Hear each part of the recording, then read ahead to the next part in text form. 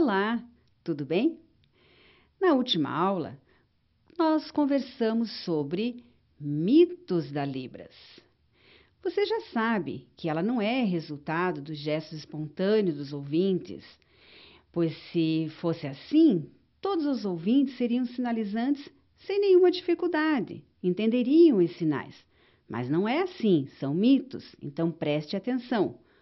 Usar língua de sinais não é apenas gesticular, mas exige um aprendizado formal como segunda língua para as pessoas que ouvem. Vamos continuar estudando alguns mitos a respeito da Libras. Mito. Haveria uma única e universal língua de sinais usada por todas as pessoas surdas. Muitos acreditam em uma língua de sinais universal. Acreditam que em qualquer lugar que se vá, poderá sinalizar, usar a língua de sinais do mesmo modo, com os mesmos sinais e será compreendido. É um mito. Isso não acontece. As línguas de sinais são diferentes em cada país e até mesmo em cada região ela apresenta diferenças. A língua de sinais apresenta amplo vocabulário e características linguísticas específicas. Não é porque ela é de modalidade espaço-visual que é igual em todo lugar. Em cada país, a língua de sinais reflete a cultura da comunidade surda local. Mesmo a Libras, tendo origem da língua de sinais francesa, elas são línguas diferentes. Não adianta pensarmos que vamos utilizar o mesmo sinal e produzir o mesmo sentido. Portanto, as línguas de sinais não são universais. Para compreender melhor, veja os vídeos sugeridos no seu material e observe quais sinais você conhece. Um deles apresenta o gestuno, que se trata da tentativa de universalização das línguas de sinais. No entanto, não funcionou tão bem como idealizaram. Observe bem os sinais realizados no vídeo. Eles são um misto de iconicidade. Veja também o vídeo da chamada para o Congresso Mundial de Surdos lá na África do Sul, em 2011. É sinalizado também por gestuno. Se observarmos com um olhar mais apurado, conseguimos compreender um pouco do que eles querem transmitir. Mas o gestuno não é reconhecido como língua de sinais. E agora, que já sabemos que as línguas de sinais não são universais, vamos ver mais um mito? Mito.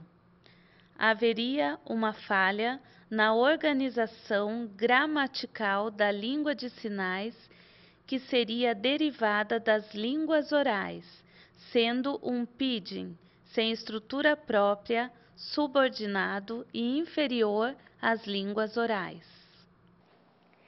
É um mito pensar que a Libras deriva das línguas orais. Ao pensar assim, julgamos que a Libras é um pidgin, sem estrutura, uma língua inferior, subordinada às línguas orais. Estranhou a palavra pidgin? Vou explicar melhor. Por pidgin, entendemos a mistura de duas línguas, um processo usado por quem ainda não se apropriou totalmente da língua que está aprendendo. Um exemplo é quando uma pessoa ouvinte está conversando com um surdo e não lembra um sinal. Então resolve oralizar algumas palavras devagar para que o surdo entenda. Isso é um pidgin, porque houve a mistura da voz e dos sinais. Se a pessoa não sabe, não conhece bem a Libras, o mau uso dela é que faz da Libras tornar-se um pidgin. Libras não é superior e nem inferior às línguas orais. Isso porque não se compara o valor de uma língua. Na linguística, todas as línguas servem para a comunicação. Não se compara nem se julga. E quando isso acontece, chamamos de preconceito linguístico. Vamos ver um outro mito? Mito. A língua de sinais seria um sistema de comunicação superficial com conteúdo restrito, sendo estética, expressiva e linguisticamente inferior ao sistema de comunicação oral. Todas as línguas são importantes. A Libras não é superficial, é a língua natural da comunidade surda do povo surdo do Brasil.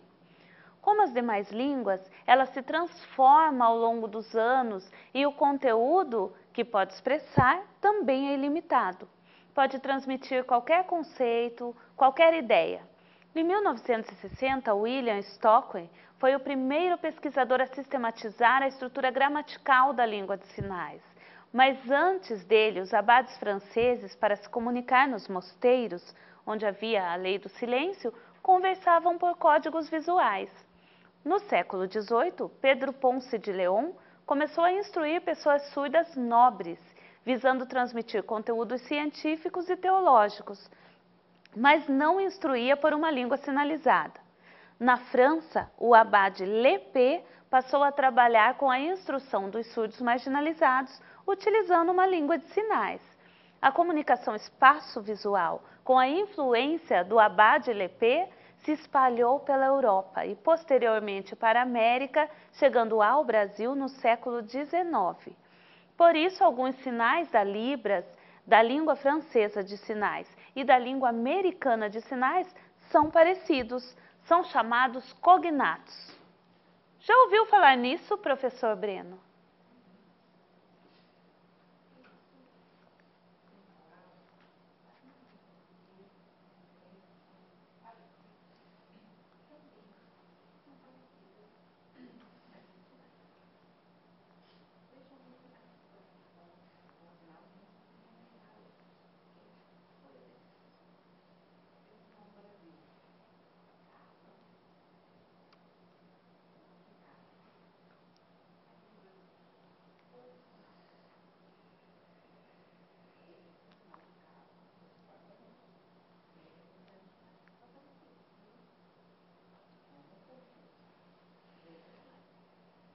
Sinal de casa, página 28. Brasil, Libras. Estados Unidos, ASL. Vejam os sinais. No Brasil, casa. Nos Estados Unidos, ASL, casa. Por mais que pareça que as línguas de sinais podem ser universais, isso é um mito, já estudamos. O linguista Stockwell, um dos primeiros a pesquisar e comprovar a natureza da língua de sinais utilizando a regra geral, provando que tratava-se de uma língua através dos universais linguísticos, um sistema de comunicação espaço-visual da língua de sinais. Então, agora, vamos relembrar o que aprendemos nas primeiras aulas. Lembram? Cumprimentos. Oi! Tudo bem? Qual o seu nome? Qual o seu sinal? Bom dia! Boa tarde! Boa noite! Agora, vamos lembrar os sinais icônicos e arbitrários. Vejamos. Passar roupa, passar batom, lavar roupa, varrer, dormir, pentear os cabelos, escovar os dentes. Ok, agora, sinais arbitrários. Vencer, organizar, opinar, perigoso. Idade, aniversário. Isso! Quantos sinais? Lembra os primeiros que aprendemos? Muito bem! Sinal para Libras, ouvinte, surdo. Viram quantas coisas aprendemos nesta aula? Mas agora vamos pensar, precisamos praticar, estudar junto com nossos colegas, com outros alunos e praticar. A língua de sinais precisa ser praticada. Então, retome o que já estudamos e estude mais, pratique, se solte, busque aprender. Se você tiver disponibilidade de tempo, procure encontrar-se com surdos, estudar junto, em associações, lugares onde você possa encontrar pessoas surdas. E na próxima aula, aprenderemos ainda mais vocabulários em Libras. Mito. A língua de sinais seria uma mistura de pantomima e gesticulação concreta, incapaz de expressar conceitos abstratos. As línguas de sinais derivam da comunicação gestual espontânea dos ouvintes. Considerando que a pantomima e a mímica são formas artísticas de expressão, elas não podem ser comparadas com a Libras. Já estudamos que a Libras é uma língua gramaticalmente organizada. Também não devemos colocar a Libras e os gestos na mesma categoria de análise. Ainda que ambos sejam produções visuais, possuem natureza muito diferente. Podemos explicar isso quando destacamos que os gestos são as expressões espontâneas das pessoas, ou seja, toda a nossa expressividade natural. Gesticular faz, por exemplo, com que uma mãe atenda o seu filhinho que ainda não fala, em suas necessidades, ou quem nunca entendeu de longe, assim, quando uma mãe ou uma avó faz aquele sinal com a mão querendo dizer que você vem para casa ou haverá consequência. Outro gesto simples de compreendermos bem é colocar a mão na cintura. Já sabemos que há algum problema. Assim como cruzar os braços, entendemos que alguém está ansioso quando aperta os dedos uns contra os outros, ou quando passa as mãos repetidamente no cabelo. Quando isso acontece, observamos a produção de gestos. Ainda que a língua de sinais possui sinais icônicos, ou seja, parecidos com a ação ou com a forma do que sinalizamos, ela é diferente em sua totalidade da Libras. Perceba que para produzir em Libras é preciso passar por um processo formal de aprendizagem. Não é algo possível de desenvolver sem interação com os usuários dela. E no caso de nós que ouvimos e não pertencemos a famílias surdas, seria quase impossível, sem uma aprendizagem formal, aprender a Libras, pois este sistema linguístico é abstrato e não faz parte da nossa expressividade natural, como já destacamos. Porque se assim fosse, todos seríamos falantes natos da Libras. Como você pode ver, é bem verdade que a Libras é composta por sinais que representam manualmente formas e movimento dos objetos do mundo. Porém, eles não são o todo da língua. Há outros que não têm relação alguma com os objetos da realidade e que são a maior parte da produção em Libras. Essa possibilidade de o referente linguístico ter relação com os objetos reais, ação ou forma, o qual chamamos de iconicidade, também está presente nas línguas orais, como é o caso do português. O seu livro traz exemplos disso, quando cita a palavra bem-te-vi e bumbo.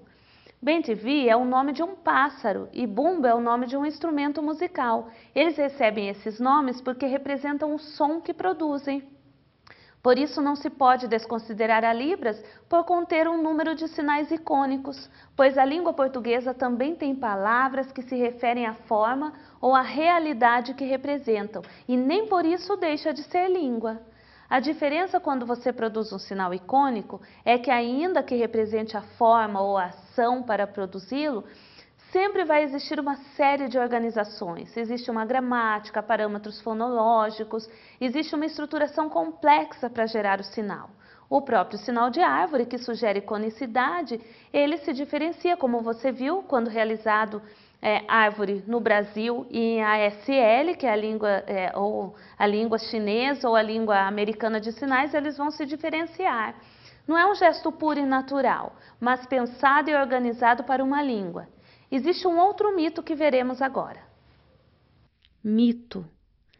As línguas de sinais, por estarem organizadas espacialmente, estariam representadas no hemisfério direito do cérebro, uma vez que esse hemisfério é responsável pelo processamento de informação espacial, enquanto que o esquerdo pela linguagem. Vocês viram aí um último mito que nós temos para apresentar para vocês a respeito da Libras. Procure o seu material, estude, se aprofunde a respeito dos mitos. Nós esperamos que vocês desenvolvam cada vez mais e compreendam essa língua como uma língua organizada, independente da localização que ela tem no cérebro. Então vamos lá, leiam e aprendam mais sobre a Libras.